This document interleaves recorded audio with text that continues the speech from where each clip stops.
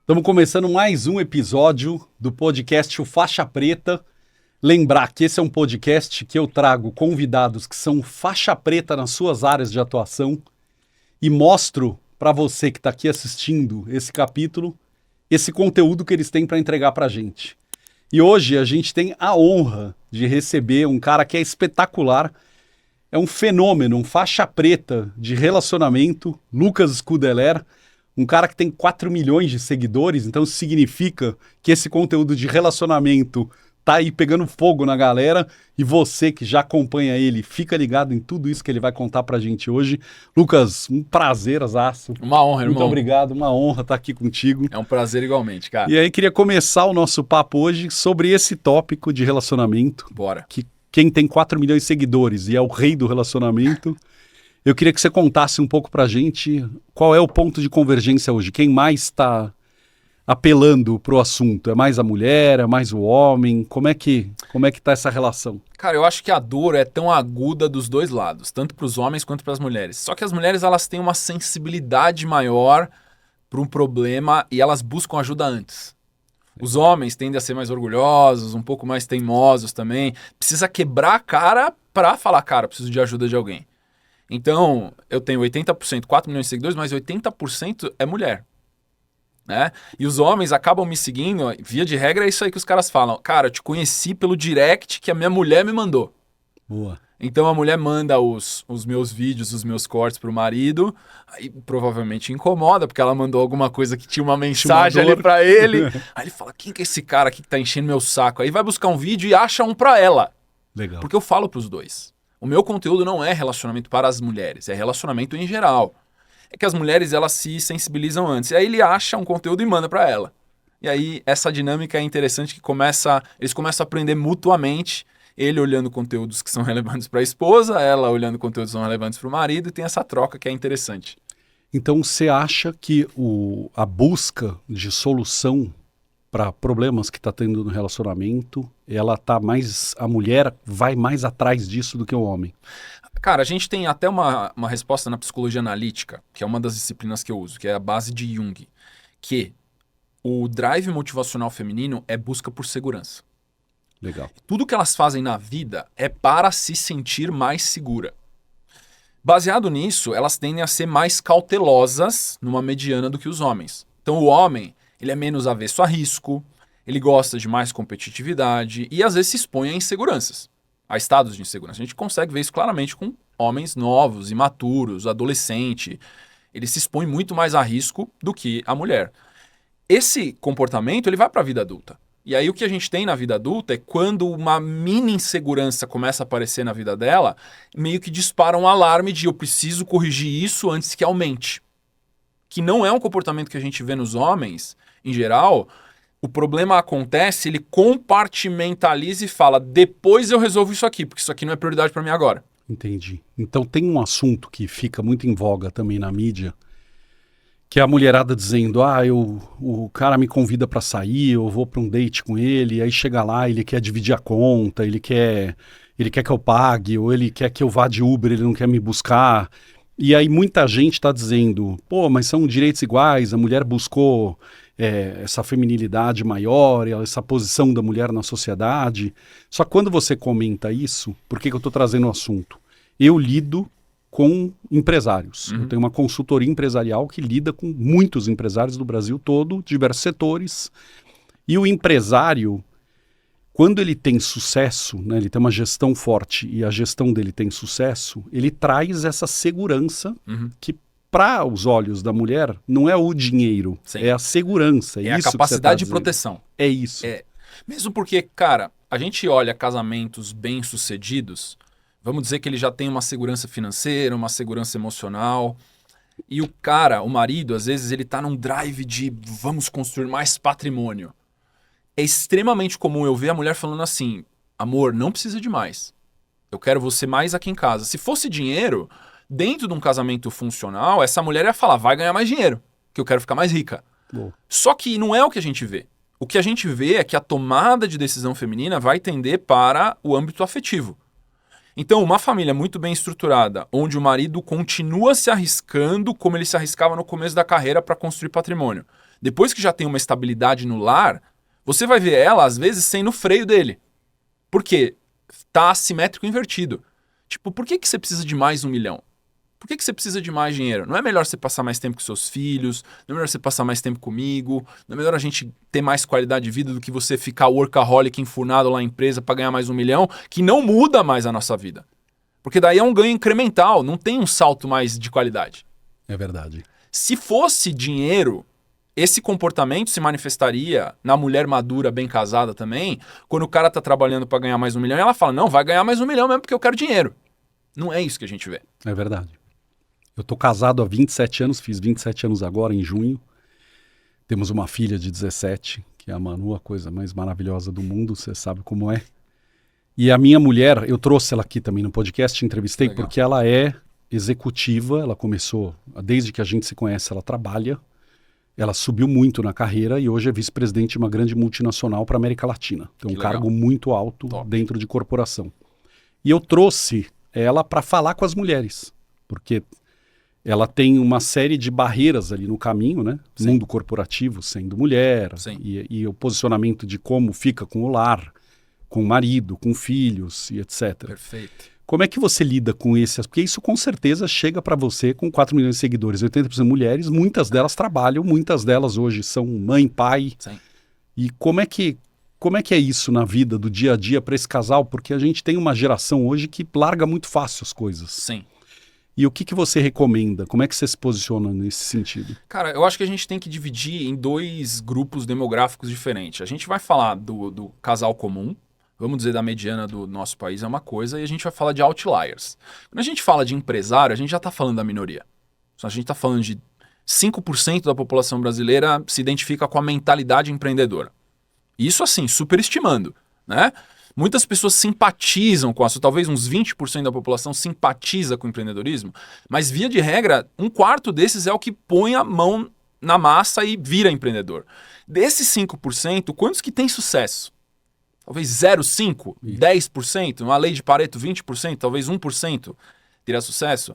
Desses que têm sucesso, essas pessoas que se destacam muito, talvez seja mais um 20% desse 20%. Perfeito. Então, quando a gente fala assim desses comportamentos de outliers, são pessoas que têm sucesso muito destacado, assimétrico, a gente não vai conseguir ver o comportamento da maioria das pessoas. Então, na mediana, eu sempre falo para as mulheres, trabalhe, ganhe o seu dinheiro, tenha liberdade econômica, ajude o seu marido a construir o patrimônio da família, divida essa carga, mas lembre de uma coisa extremamente importante.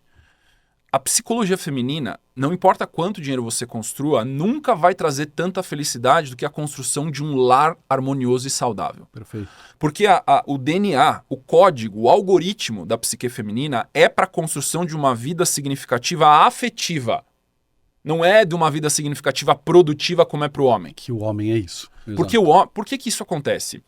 Porque é do nosso DNA. Isso vem na constituição da nossa psique. A mulher nasce com valor. A maneira como um bom pai trata a sua filha é para ensinar ela como ela já é valiosa, como ela é digna, como ela precisa ter uma vida honrada e ela precisa se portar da maneira correta, porque ela já é extremamente valiosa como mulher e a graciosidade que Deus deu para ela. O filho homem é tipo assim, moleque, você tem que se provar. Isso. Você vai tomar porrada, você não vale nada enquanto você não se provar. Isso. Então a gente tem, cara, 2 caminhos drasticamente diferentes. A mulher nasce com valor, o homem nasce sem valor. E isso tá dentro do DNA da visão feminina dos homens e da visão masculina das mulheres. Ok. Então, quando a gente fala de bons casais, casais saudáveis, a gente vai ter a mulher escolhendo um parceiro de longo prazo para casar, é aquele homem que se provou. Porque ele provou a masculinidade dele. Ele passou pelos ritos de masculinidade, saiu vencedor. Não estou dizendo que ele é o campeão da sociedade, eu estou dizendo que ele passou nos ritos do caminho de vida dele, do ecossistema, do ambiente que ele nasceu. Quando ele se prova, ele salta aos olhos daquela pretendente. Nossa, esse aqui é um bom homem. E o pai daquela menina fala, ele é um bom homem mesmo. Esse aqui eu dou a minha mão em casamento pra você e eu dou a minha bênção. Valendo isso alguma coisa pra ela ou não, a bênção do pai tem um peso psicológico, ela assumindo ou não.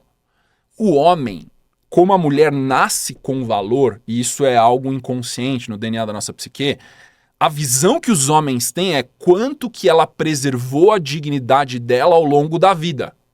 Boa. Por isso que, por causa desse DNA, o mais importante para as mulheres quando elas escolhem um parceiro de longo prazo é o futuro do homem. E o mais importante para um homem quando ele escolhe uma parceira é o passado da mulher. E, cara, isso é uma baita de uma polêmica, principalmente no mundo contemporâneo e moderno, que a gente vai ter certas tolerâncias, algumas pessoas que têm certo caminho de vida, certa cultura, e algumas pessoas são mais tolerantes, outras são menos tolerantes. Mas esse viés, essa estrutura, essa espinha dorsal não sai de nós. Ok. Faz sentido? Faz sentido. E aí eu queria aproveitar nessa linha de conduta e abrir alguns pontos, né? O que faz um casal se separar? Porque a gente tem a facilidade de entender o que faz eles se aproximarem. Sim. Ou fui da mesma escola, fui da mesma faculdade, conheci o amigo do amigo no clube. Isso. Você tem alguma rede de relacionamento que gera esse movimento e você se relacionou e casou. Sim. Só que aí a gente entra para uma geração que larga muito fácil. Né? A minha geração não é uma geração que larga tão fácil, eu já tenho mais 50, mas eu olho para garotada de 30, eles largam esse casamento de uma forma muito rápida e muito fácil. Sim. Com certeza existem alguns fatores aqui, né? Qual seria, na tua opinião, o principal fator hoje das pessoas não fazerem força para ficar junto e já soltarem a mão? Eu acho que primeiro é um distanciamento de como a vida dos nossos antepassados era vivida. A gente, cara, você mais ainda do que eu tenho 43, a gente nasceu num mundo analógico. É verdade. Então a gente não estava o tempo todo pensando o que fulano ou ciclano ou beltrano ou os círculos sociais estavam pensando de mim, como é a vida hoje no século XXI. No digital.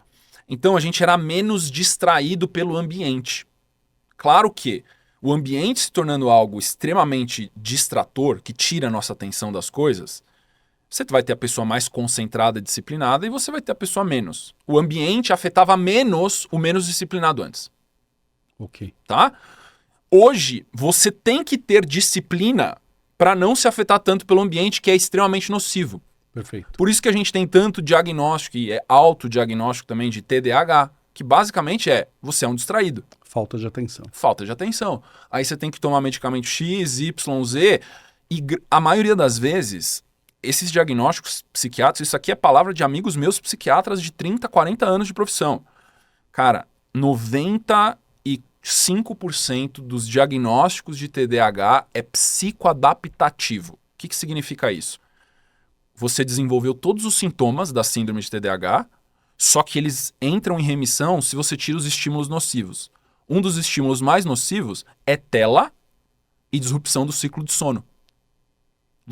Se você dorme pouco, se você dorme mal e você fica o dia inteiro enfurnado numa tela com uma visão de 2 dimensões de profundidade, seu cérebro para de funcionar em 3 dimensões. Isso fica crônico. Fica crônico, você desenvolve todos os sintomas de TDAH.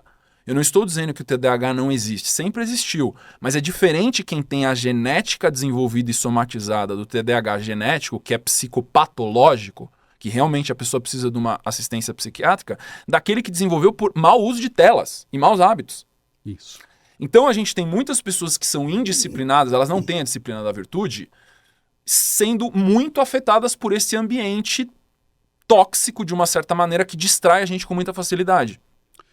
Eu sou faixa preta de jiu-jitsu, pratico esse esporte desde de que eu me conheço por gente. Eu comecei no judô e depois conheci a família Gracie, comecei com eles lá, garoto. E é um esporte que eu amo. Muda a vida, né? E recomendo para os empresários praticarem. Eu falo, vai para academia e, se possível, pratique jiu-jitsu. Isso. Por quê? Porque nós temos ali, minha verdade, no tatame você aprende algumas coisas, né, como empresário. Você aprende o respeito pelo mestre, você aprende que por melhor ou maior ou mais forte que você seja, você vai chegar à faixa branca, um menininho de metade do seu peso, metade do seu tamanho vai te finalizar. Exato. Você vai ter o gosto da derrota. Exato. De uma situação que você nunca imaginaria. E você não tem o que fazer. E não tem o que fazer. Então não dá para você levantar e partir para outros meios, você tem que respeitar aquilo. Perfeito. E traz disciplina, que é o que você falou. E quando a gente olha para essa situação hoje, né? Eu tenho uma filha de 17, ela nasceu com a tela na mão, porque eu acho que essa é a amplitude da vida. Eu tenho um lado muito positivo disso, que é a quantidade de informação recebida também é muito diferente da minha quantidade de informação recebida. Então o grau de conhecimento dela é infinitamente maior do que o meu, se a gente conseguir usar isso de forma correta. Perfeito. Né? Qual o impacto que você entende do esporte na vida das pessoas para relacionamento? Quer dizer, o que muda, né? Você, com certeza, tem muita gente que está contigo que pratica e muita gente que é sedentária. Sim. E aí a gente tem uma doença hoje, numa geração, que é a doença do síndrome do pânico, crise de ansiedade, depressão e uma série de, aí até mais radicais, né? Vou tirar minha vida e etc. Sem dúvida. Então, o que você trabalha com relação ao esporte e isso? Porque você falou de disciplina, mas vamos falar um pouco de esporte. Cara, o esporte é essencial, né? É um tipo... Porque o esporte, ele tem a capacidade de moldar estilo de vida. Porque no momento que você... Vamos dizer, você coloca... Eu faço jiu-jitsu também. Você tem que colocar o jiu-jitsu na sua vida todo dia. É um centro gravitacional. Você precisa organizar a sua rotina de uma certa maneira para você treinar. E não é uma coisa que você faz de maneira leve, no bom sentido. Porque o jiu-jitsu não é fácil.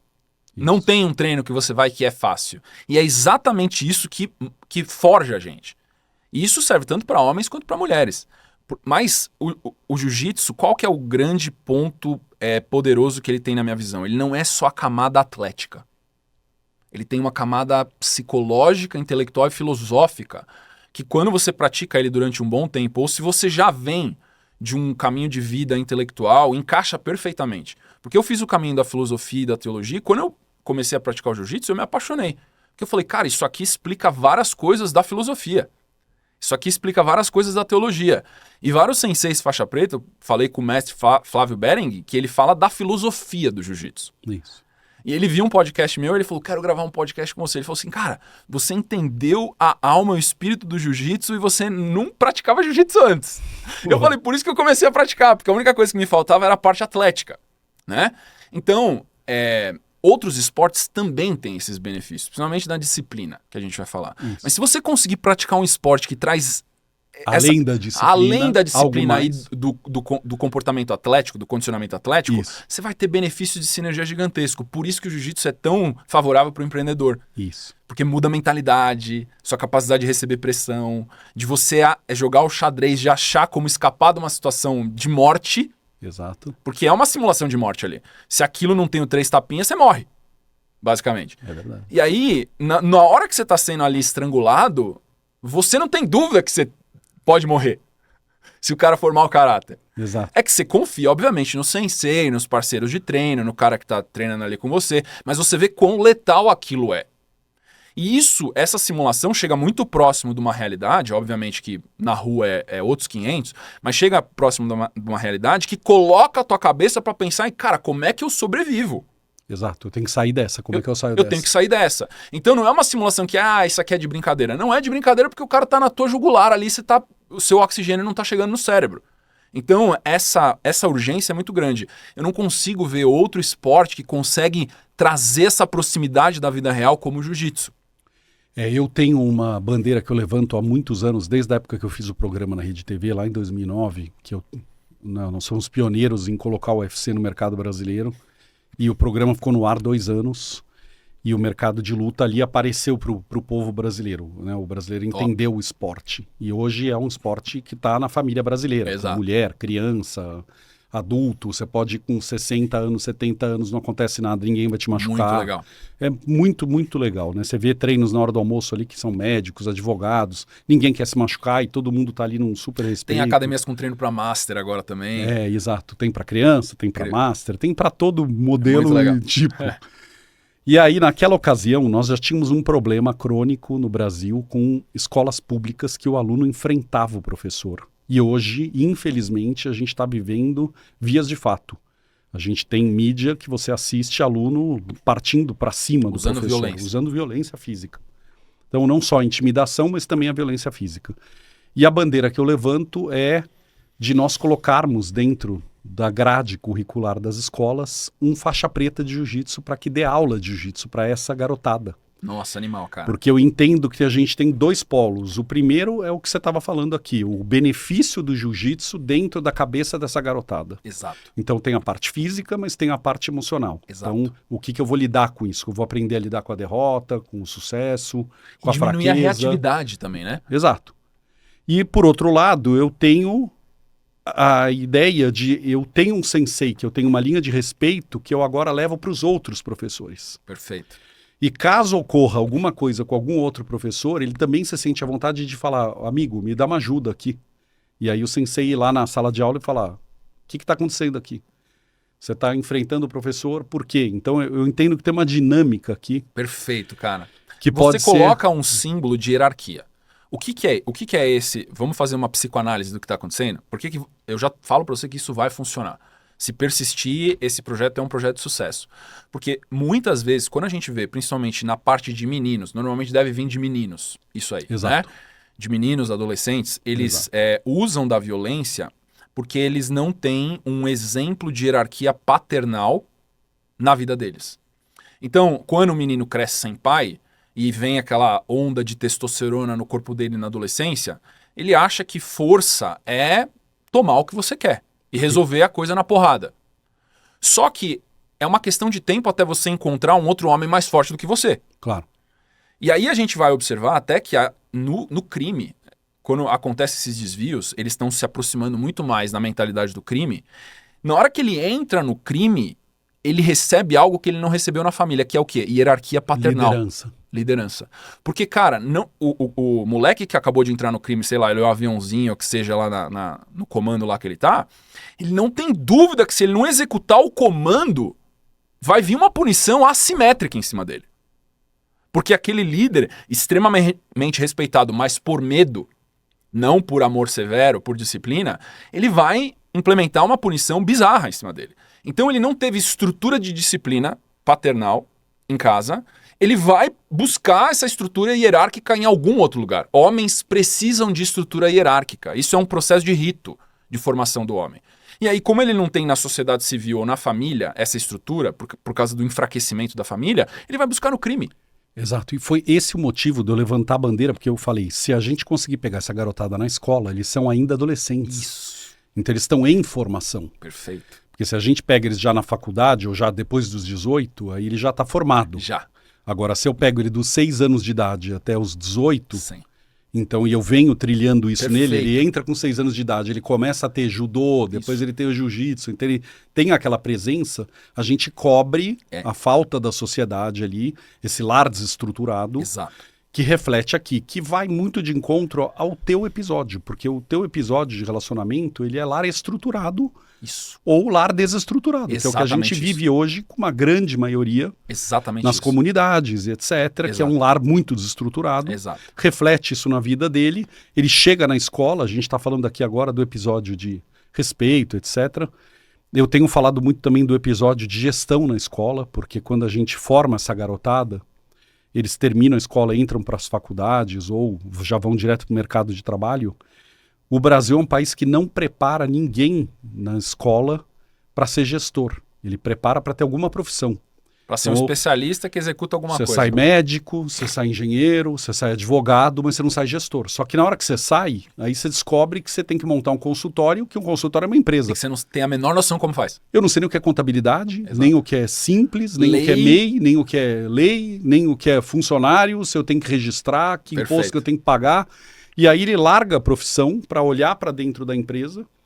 Obviamente que o fato de não ter conhecimento na empresa, a gente tem índices alarmantes de que 80% das empresas que abrem fecham em 3 anos. Sim. Justamente por isso, eles ainda saem endividados e piora mais ainda o outro lado, que é o lado da cabeça. Porque aí a gente vai para o relacionamento, que o cara chega em casa e diz, estou endividado. Exato. Aí rui. Exato. Né? O relacionamento vai embora, eu acredito. Terrível, não, terrível. É a crise de masculinidade. Porque todas as crises que os homens passam, elas têm um denominador comum. São crises de masculinidade de provimento. Então toda grande crise, e a gente pode às vezes até olhar em retrospectiva na nossa vida, todo momento que a gente tem de crise, onde a gente passa por um momento muito sufocante, onde a gente não sabe o que vai fazer, se a gente fizer uma análise, qual é o denominador comum mais profundo da situação, é uma crise de provimento. E essa crise de provimento, como que ela era resolvida no passado? Nas sociedades mais paternais, com o pai como líder daquela unidade nuclear, daquela família. Você tinha vários ritos de passagem. O primeiro deles era tirar o filho menino dos braços da mãe para ele conviver mais com o pai. Isso a gente tem lá desde o mercantilismo, da época dos artesãos. É tipo assim, ele vai parar de ficar com a mãe e ele vai comigo para a oficina. E ele vai aprender o ofício do pai. Pô, mas ele não produz nada, não importa. Ele vai ficar parado do meu lado aprendendo Olhando. cada coisa. Aprender o nome das coisas, aprender como que faz cada processo. Isso acontece, por exemplo, na religião judaica, isso é o bar mitzvah. O bar mitzvah é o momento onde ele sai dos braços da mãe para ficar com o pai. Ele ganhou permissão de conviver com os homens. Ele não é homem ainda, mas ele ganhou permissão de conviver com os homens. É tipo uma permissão. O homem precisa dessa modelagem masculina do homem mais forte, do homem mais maduro, para ele saber aonde ele tem que ir. Que ele é movido à conquista. A mulher é movida à segurança, o homem é movido à conquista. Só que ele vai conquistar o que se ele não tem um modelo? Então, na hora que ele passa pelo primeiro rito que acontece na adolescência, conviver mais com homens é perfeito, porque você coloca o sensei, você falou, ó, isso é o que você tem que virar. Pô, o moleque fala, animal, vou virar faixa preta, vou competir, vou virar um atleta de alta performance, vou ficar melhor do que o meu sensei. E o sensei fala, é isso que você tem que buscar mesmo. Porque você vai buscar na vida, Exato. em todos os campos. Isso aqui é uma crise de provimento, porque você tá falando de um menino que tá virando um adolescente e vai ter que ficar forte. O menino não tem a menor noção de como é ser forte. Mas quando ele olha pro sensei e o sensei fala, eu sei como fazer você forte, você vai me seguir, você é meu aprendiz, você é faixa branca. Ele fala, tá bom. E aí ele se disciplina de maneira militar. Ah, tá aprendendo disciplina já. Isso. Primeira crise de provimento que ele passa e vence quando ele acha o modelo masculino. Segunda crise de provimento é quando ele é obrigado a sair de casa para se sustentar. Isso antigamente era, ó, virou homem, vai trabalhar, paga tuas contas. Em muitos estratos da sociedade isso ainda é uma realidade, por necessidade. Exato. Ele tem que vencer isso aqui. Pô, eu quero comprar um tênis novo, eu quero comprar um celular, eu quero poder ir e vir, comprar as coisas que eu quero. Vai gerar o seu dinheiro, porque essa crise aqui de você sustentar é essencial. Pior coisa que tem, principalmente para homem, é esse respaldo financeiro após a vida adulta, quando ele já é produtivo o suficiente. Isso é segundo. Terceira grande crise de provimento de masculinidade é quando o homem aceita que ele precisa casar com uma boa mulher. Ele precisa escolher uma mulher e casar com essa mulher e ser responsável pela essa unidade familiar. Essa é a terceira crise de provimento. Tem vários homens que não querem mais nem pensar. Como assim? Vou casar com uma mulher, eu tenho que ser responsável pelo sustento dessa família? Nós Por quê? temos muitos influenciadores dizendo, nunca mais, não casem homens, É não bizarro. façam isso.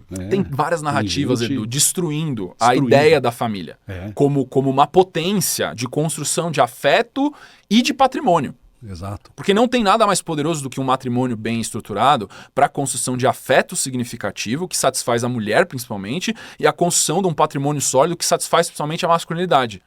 Isso significa que quando o homem ele desenvolve essa capacidade do patrimônio, ele aceita afeto.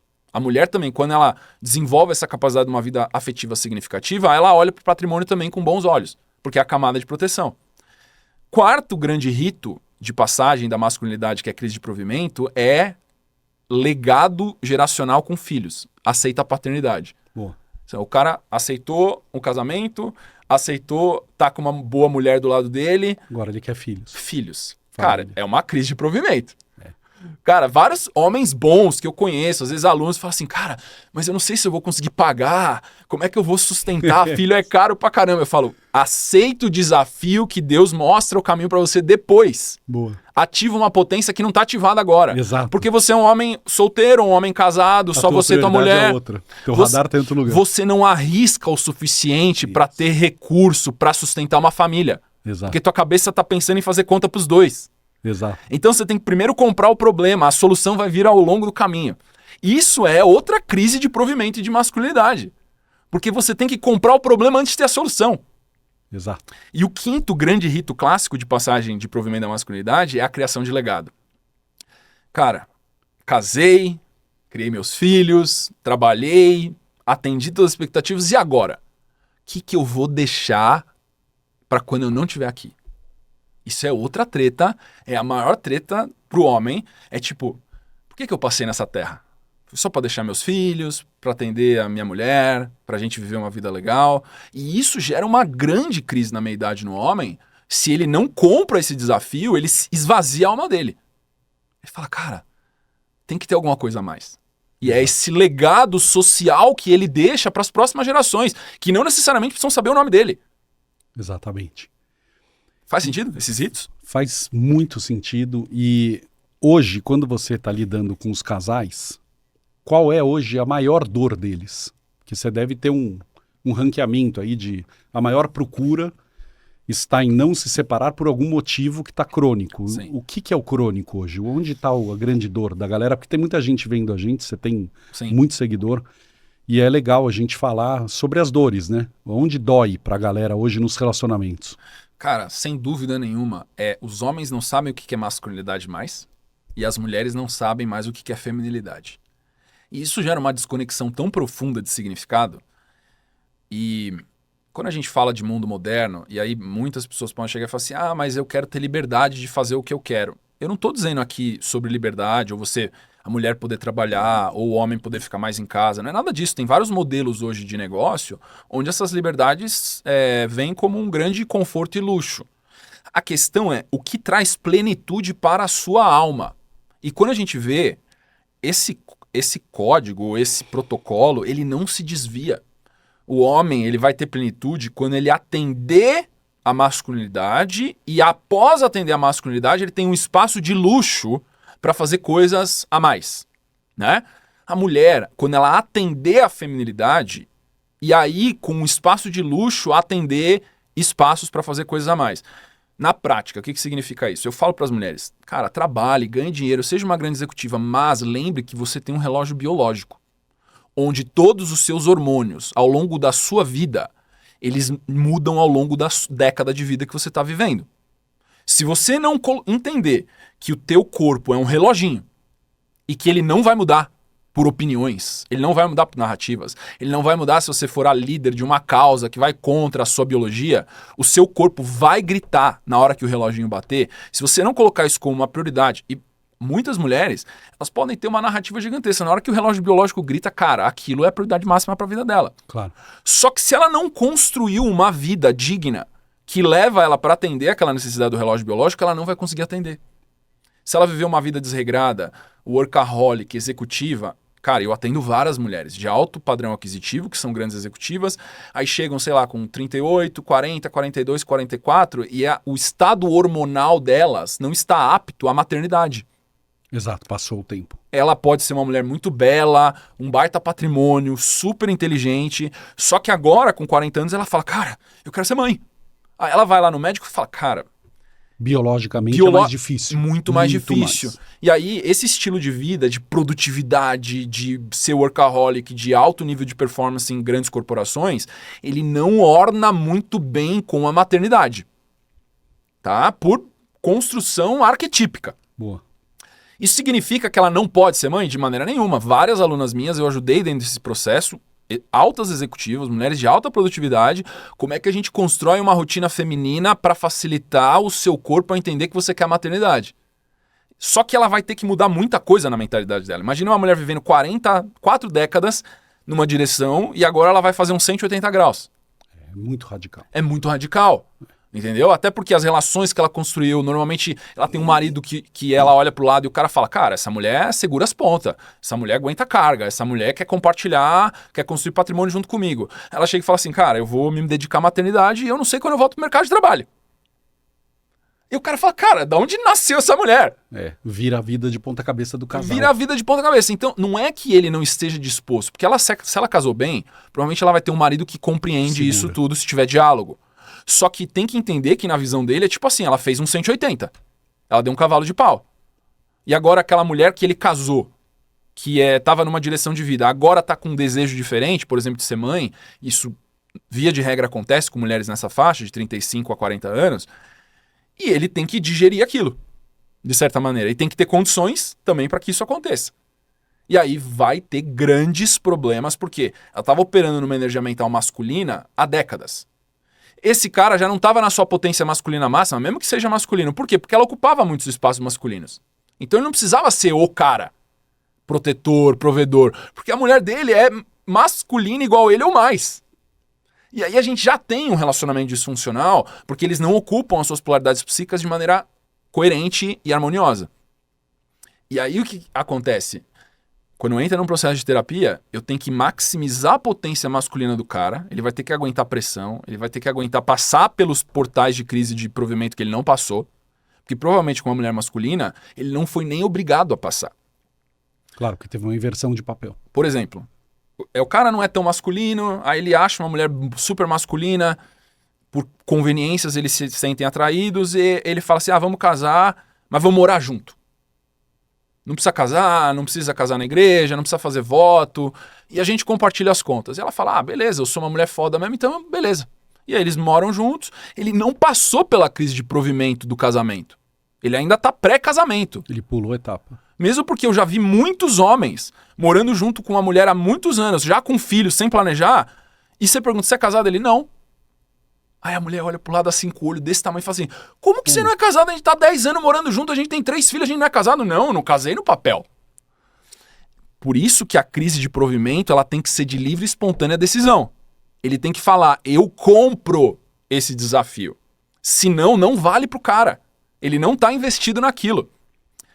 Esse cara não passou pela crise de provimento do matrimônio e também não passou pela crise de provimento dos filhos porque ele não escolheu. E você acha que isso tem a ver com o fato das mulheres terem ido para o mercado de trabalho? Isso não tem a ver? É uma variável. É uma. É uma variável. Só que quando a gente olha, tem um documentário chama O Paradoxo da Escolha. É um documentário norueguês. Cara, esclarece muita coisa desses... O que é teoria e o que é comportamento real. E o que a gente vê lá no documentário é que sociedades que são extremamente igualitárias, como são as sociedades nórdicas, o que significa isso? Tem muito pouco empecilho com relação a sexo e ao gênero da pessoa para escolher certas profissões. Então, a universidade é subsidiada, os trabalhos contratam meio que 50-50, só que você vai ver que 95% dos engenheiros das profissões que trabalham com coisas são ocupadas por homens. E 95% das profissões que trabalham com pessoas são ocupadas por mulheres. Por que será, né? Aí, a tese do documentário é, numa sociedade igualitária que há décadas luta para deixar a vida dos homens e mulheres iguais, por que no final, com toda a liberdade, você tem um viés de escolha? Porque o que traz satisfação para a alma feminina é diferente do que traz satisfação para a alma masculina. Que é o que você falou lá no início. Exato. Boa. Então, os homens, pela testosterona, eles vão tender a querer resolver problemas de coisas. Né? De coisas inorgânicas. As mulheres acham isso muito chato, via de regra. Elas querem resolver dinâmicas relacionais, situações afetivas, segundas intenções, terceiras intenções. Quando você fala de um pneu de um carro, não tem segundas, terceiras e quartas intenções. Claro. Então, isso é o que é o atrativo principal de por que 98% dos mecânicos são homens. Porque resolver um problema material físico é extremamente atraente para um homem montar um Lego. As mulheres, elas querem ver as camadas sutis subliminares de afeto. Porque esse é o drive motivacional delas. Boa. Que é o que traz segurança. Então, a dinâmica social afetiva dos homens e das mulheres é oposto. Por isso que você tem que criar homens de um jeito e criar mulheres de outro. Vamos falar um pouco de religião. Bora. Porque eu entendo, e eu tenho um lado que não é o CPF, eu gosto de trabalhar com CNPJ. Legal. E nessa minha jornada nova agora, que está chegando em 3 anos dessa consultoria empresarial, e eu lido agora com uma série de empresários, diversos setores, e homens e mulheres, etc. Eu entendo, depois de 3 anos, que eles vêm até a consultoria por 3 fatores. O primeiro fator é busca de conhecimento. Então, vem atrás de produto técnico mesmo. Eu quero aprender mais sobre gestão. O segundo fator, você abre para mim uma rede de relacionamento com outros empresários. E eu entendo hoje que relacionamento para a minha empresa também é positivo. Porque gera, além de conhecimento, faturamento, oportunidades, etc. Perfeito. E tem uma fração que eu chamo de amor, que eles vêm por amor. E aí falam comigo assuntos do filho, da filha, do marido, da esposa, de Deus. Perfeito. E etc. E eu classifico esse amor com 3 Fs, que eu chamo de fé, família e físico, Perfeito. que é a parte de esporte. Saúde e vitalidade. Exato, que é o que a gente estava falando aqui do esporte. Vá fazer esporte, cuide da sua saúde, Perfeito. emagreça, enfim. E aí, como que você lida com esses campos, né? Porque a gente está falando de relacionamento, que é uma coisa muito sensível. Sim. Como é a fé nisso, no seu ponto de vista, e como está o seu olhar para o teu público? O público está dentro do teu ponto de vista ou não? Isso também afeta o relacionamento.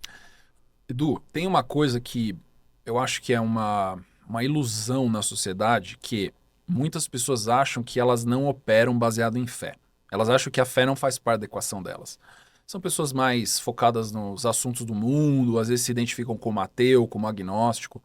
Mas quando você investiga um pouquinho mais a conversa com essas pessoas, o paradigma dela é de fé. Ela tem uma fé que não se desvia de que o mundo é daquela maneira que ela concebe, mesmo além de provas. Ela não tem prova de que Deus não existe, mas ela acredita que Deus não existe. Acreditou é fé.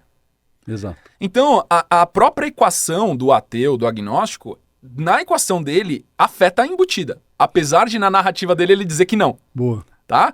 Mas ele pode dar o nome de outra coisa, de convicção, de certeza, mas são só eufemismos para o que a gente sabe que é fé. Fé é energia vital. É aonde você coloca a tua disposição, a tua força de vontade, que você acredita que vai gerar resultados consequentes e justos pelos seus atos. Porque o que define o adulto e o que diferencia o adulto da criança ou do adolescente?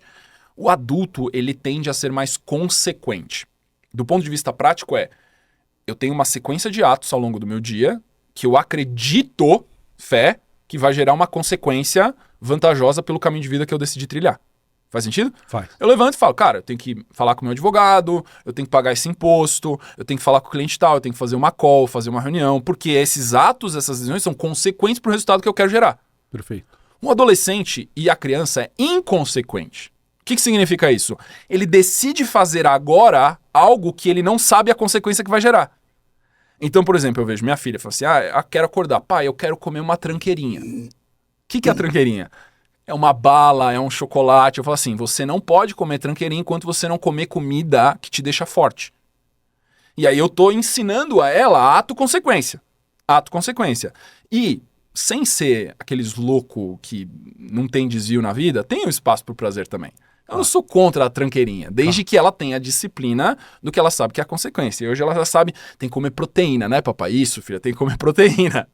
E aí ela fala, então tá bom, papai, eu quero 2 ovos e depois você me dá uma tranqueirinha? Tá bom, se você comer os 2 ovos, depois eu te dou uma tranqueirinha. E é porque eu tô ensinando ato-consequência pra ela. O adolescente é a mesma coisa. E o adolescente tem um outro viés que a criança já perdeu, que ele tá mais desprotegido, que é a criança, ela ainda vê os pais como Deus. Como herói. Como herói. É. Deus ou herói. Isso significa que é uma autoridade muito sólida e concreta na vida da criança. Ele segue. Ele segue. Então, na hora que eu chego e falo, não, vai comer chocolate, filha, porque você acabou de acordar, você tem que comer uma comida que te deixa forte. A criança obedece. Ela fala, tá bom, papai, então ovo. Ou então me faz um sanduíche, alguma coisa assim. Um adolescente, ele já é petulante. Ele é rebelde. Ele é rebelde, porque já traz o arquétipo, o herói morreu. Isso. E agora é o rebelde. No arquétipo do rebelde, o que você fala vai ser estimulado o oposto. Então, na hora que você chega e você fala que você tem que comer melhor, aí é que ele vai comer o junk food, o fast food ou qualquer outra coisa. Bom, mas você vai ficar doente daqui a 3 meses, você vai ficar doente daqui a 6 meses. Quando acontecer, eu vejo. Porque o adolescente, no arquétipo do rebelde, ele opera sob uma ilusão de imortalidade. Todo adolescente, se você conversa com ele, ele não tem dúvida nenhuma. Aí que nasceram os super-heróis, né? De que ele é imortal. Por isso que o super-herói ecoa tanto com o adolescente. Porque o adolescente se vê, ele fala, cara, o super-homem é imortal, eu também. Boa. Por isso que ele vê. Por isso que perde também o apelo pro adulto ver a história do super-herói. Porque, cara, é fantasioso demais, a vida não é tão desafios binários como são dos super-heróis. As coisas são mais ato-consequência. Eu tenho que olhar muito bem o que eu tô fazendo agora para eu semear o resultado que eu quero lá. E nem sempre dá certo. Várias vezes você tem atos que não geram as consequências desejadas. Então, esse processo de amadurecimento, e o amadurecimento é bem isso, é desenvolver a prudência da consequência. O ateu, adulto, ele vai agir de uma maneira que é ainda ato-consequência. Ele vai buscar pensar, pô, para eu progredir no meu trabalho, eu tenho que ter uma certa postura, eu tenho que agir de uma certa maneira para que isso, sei lá, caia na visão de resultado do meu chefe e depois eu receba uma promoção, eu receba uma nova oportunidade. Ah, mas eu não acredito em Deus. Tudo bem, mas você tem um código dentro de você que é gerar valor. E aí, dentro daquela dinâmica relacional, isso é funcional.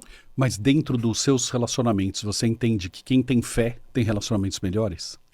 Sem dúvida nenhuma. E aí, por que eu estou fazendo esse desvio, né?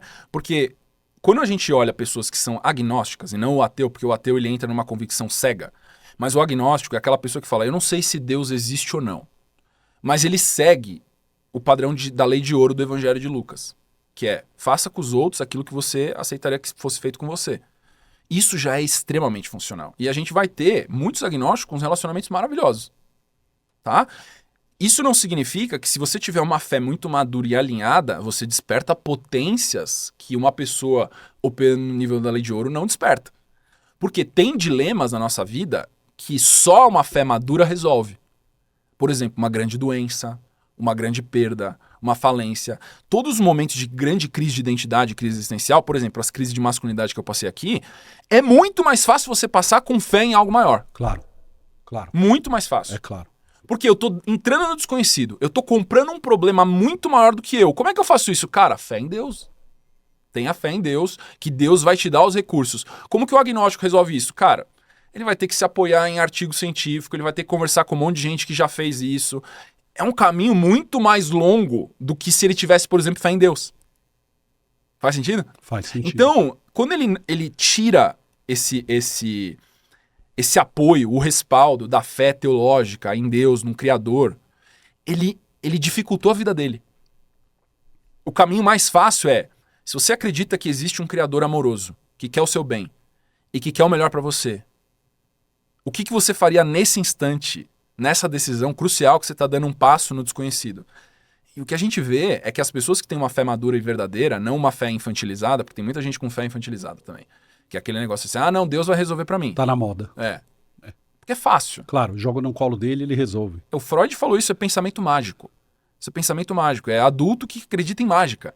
Ah não, Deus vai resolver para mim. Como? Continua com cabeça de adolescente. Continua com cabeça, é inconsequente. Ele só transferiu isso para um processo de oração, onde ele é irresponsável, ele joga O super-herói dele passa a ser Deus. Deus. É isso. Ele só trocou o super-homem por Deus. Isso. Só que esse Deus é um Deus infantilizado numa pessoa que não entende o que Deus é e como ele opera. Porque Deus não quebra as suas próprias regras. Ele não vai contra a sua própria natureza. Se ele criou uma criação já com tudo harmônico, tudo justo e tudo perfeito, ele não vai quebrar as regras da física por você. É isso. Não vai entrar um Pix na tua conta agora por um dinheiro que você não mereceu. Se você não gerou valor para um monte de gente na sociedade, não vai entrar dinheiro na tua conta. Exato. Porque isso quebra as leis naturais. As leis naturais foram construídas pelo Criador. Ele não vai contra a sua natureza. Ele não vai quebrar as leis naturais por você, que é a estrelinha brilhante, a última bolacha do pacote. Exato. A fé imatura acha que Deus vai quebrar suas próprias leis naturais para te dar uma bênção que não foi merecida ainda. Exato. E o que acontece é que essa pessoa entra na crise, tem essa fé imatura e ele quebra mais. Ele vai para mais fundo. A pessoa que tem uma fé madura, ela sabe que Deus vai prover os caminhos, mas que o trilhar é da pessoa. Então o que a gente vê é que a fé é uma ferramenta assimétrica. Talvez a mais assimétrica de todas. E poderosíssima. Poderosíssima. Tanto para um lado quanto para o outro. Exato. Tanto para te destruir, exato, como para te levar. Porque está muito banalizado hoje também, né? O assunto da fé. Tem muita gente banalizando de forma terrível. E a mídia, nesse ponto, ela é muito boa para algumas coisas e péssima para outras, porque vai tudo ali dentro. E eu levantei esse assunto justamente porque quando a gente está falando de relacionamento, eu entendo que casar é um ato, né? Eu vou para a igreja, eu voto, caso, né? É um voto, ou eu vou, o pastor vai dar uma bênção, ou eu vou para a igreja católica e o padre vai abençoar. E quando você olha para dentro do teu núcleo, né? Todas as pessoas que estão ligadas contigo e estão buscando, né, soluções para relacionamento e etc., você indica fé ou você indica religião? O que é legal na vida dessas pessoas? Quando você pensa no rito, você fala, casa, galera, vamos Sim. casar. Sim. Isso é uma coisa interessante, porque quando a gente fala do sacramento do matrimônio, quem casa não é o sacerdote ou a pessoa que está regendo aquela cerimônia. Quem casa são os noivos. Isso significa que os protagonistas são aqueles que suplicam o voto. Então, no momento do matrimônio, quem está regendo aquilo tudo é o noivo e a noiva. Por isso que tem que ser de livre e espontânea vontade. Ok. Vários vídeos viralizaram aí de gente fazendo piada na hora do voto, por exemplo, do casamento, e o celebrante anulou o matrimônio. Anula, eu vi. Porque ele fala, eu tô aqui como vigília, eu tô aqui como auxiliar. Se acontece qualquer coisa que me dá um sinal de que isso aqui não é legítimo, não vai acontecer hoje. Vai fazer todo o rito inteiro de novo. E tem gente que faz piada em hora séria, né? Por causa de inseguranças ou de carências. Às vezes até tem a intenção de casar, mas fez uma piada fora de hora errada. Exato. E aí o que a gente vê é que aquele processo começa de novo do zero. Porque se tiver qualquer coisa demonstrando que aquele voto que deveria ser intencional e consciente dos dois não está sendo levado a sério, então não é hora disso acontecer. Mas, cara, o que eu ensino é case, mas isso não está necessariamente atrelado a dogmatismo religioso. Porque a gente tem também, a religião é um grande facilitador e um grande auxílio, sim, se usado corretamente. Só que tem os excessos também, que eu falo muito, que é o fariseu legalista. O fariseu legalista é aquela pessoa que pega a âncora religiosa favorita dele, que é a que ele acha que ele mais domina, que ele interpretou de uma maneira que para ele é coerente, e aquilo vira quase que um dogma, um mantra que ele quer esfregar na cara de todo mundo. Pronto. É o legalista e é o fariseu. Porque toda vez também que ele opera fora daquela lei, ele é hipócrita. Porque ele não tem entendimento aprofundado daquilo. Ele está defendendo o tempo todo. Ele tá defendendo um símbolo, um ritualístico ali, e ele se apega naquilo porque ele associou a identidade dele com aquilo. Então esse lado extremo também do fariseu legalista é extremamente destrutivo. Tem gente que se esconde na religião. Não é isso que a gente quer. Fé madura não é isso. Fé madura é um vínculo íntimo com o seu Criador, que tem temor no vínculo. O que é temor que a maioria das pessoas não entende? Pô, mas Deus quer meter medo em mim? Não. Temor é do lado de cá pro lado de lá. É nós com Deus, quando a gente tem um respeito tão absoluto e máximo pelo nosso Criador, porque Ele deu tudo pra gente, que a gente se submete de maneira respeitosa nesse contato com essa fonte criadora infinita. Isso é temor. É um nível de respeito absoluto. Boa. Temor não é medo. Temor é respeito absoluto. Exato. Que é o que a maioria das pessoas não tem. E é por isso que não desenvolvem fé madura. Então, se não tiver temor no vínculo com o seu Criador, que é amoroso, infinito, ele não demanda temor da gente.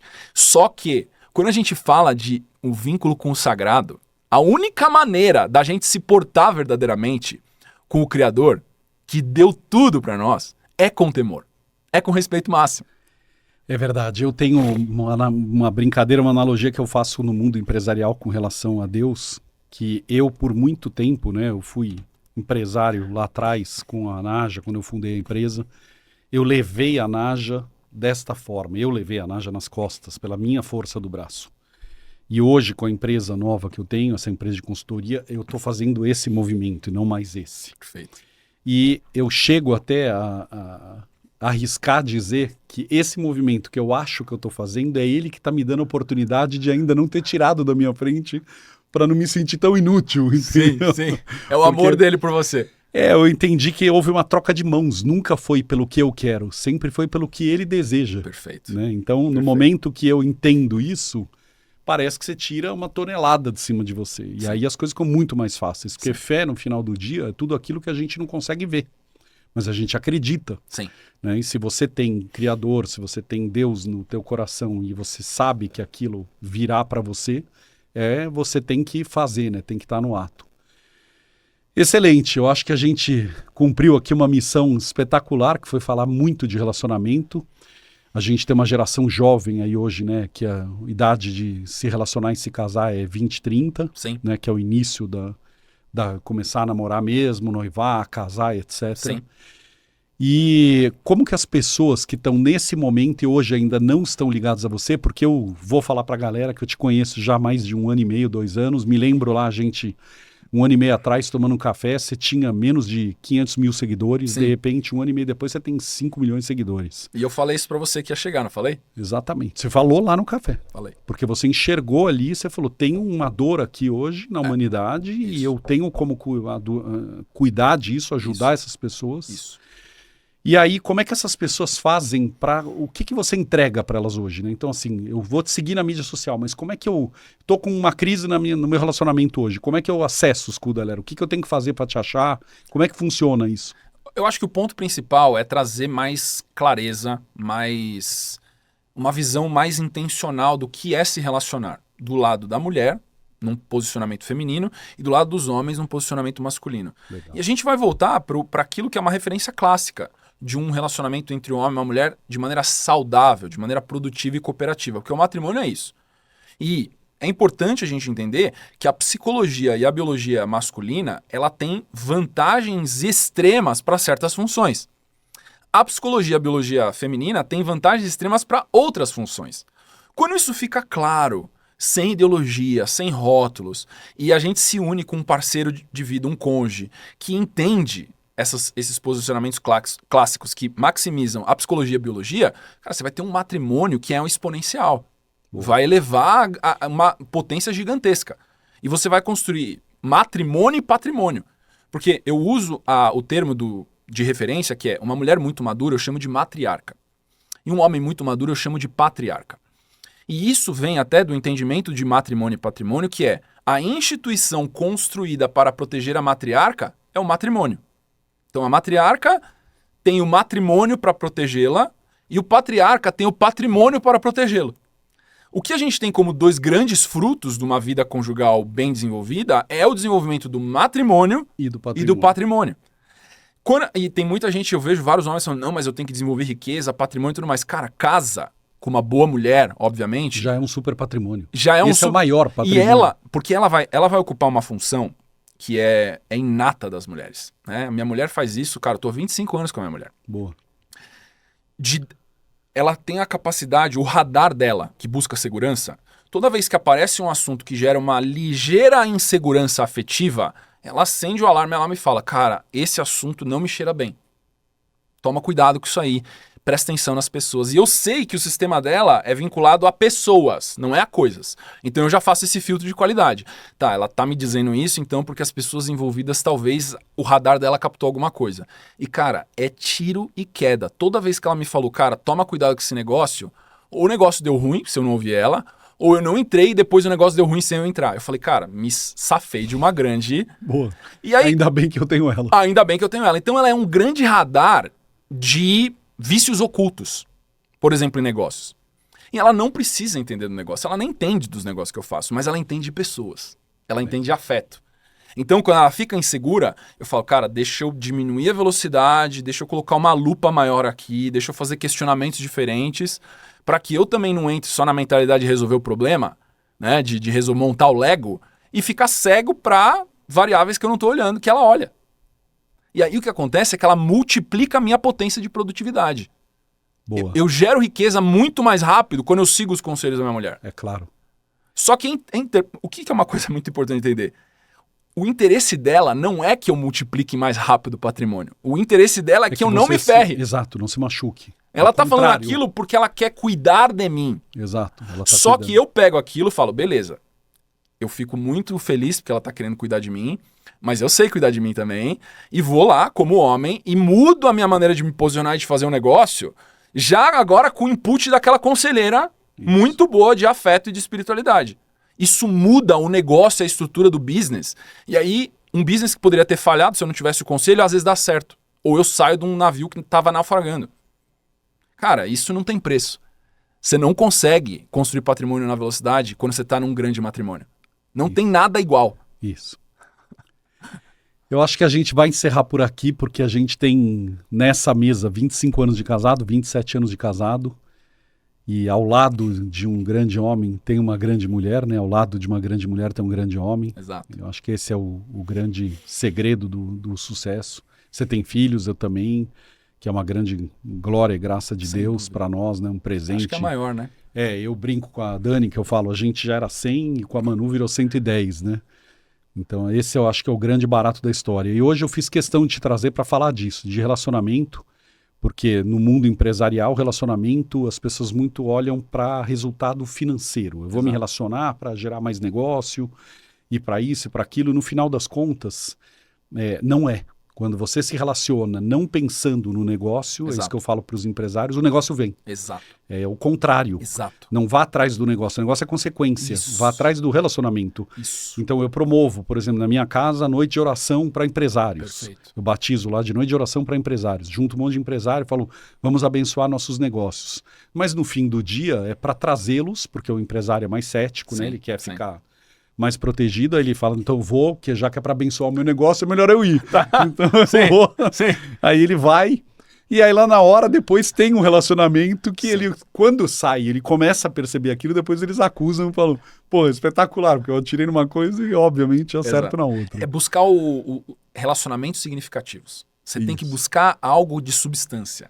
Que você conecta com alguém porque gera uma ressonância. E eu acho que tem uma situação que é você ter que ter o mesmo propósito. Então eu tive uma temporada na minha vida, antes da Manu nascer, que eu andava de moto com a Dani. Então a gente se relacionava com um monte de casais que andavam de moto. Legal.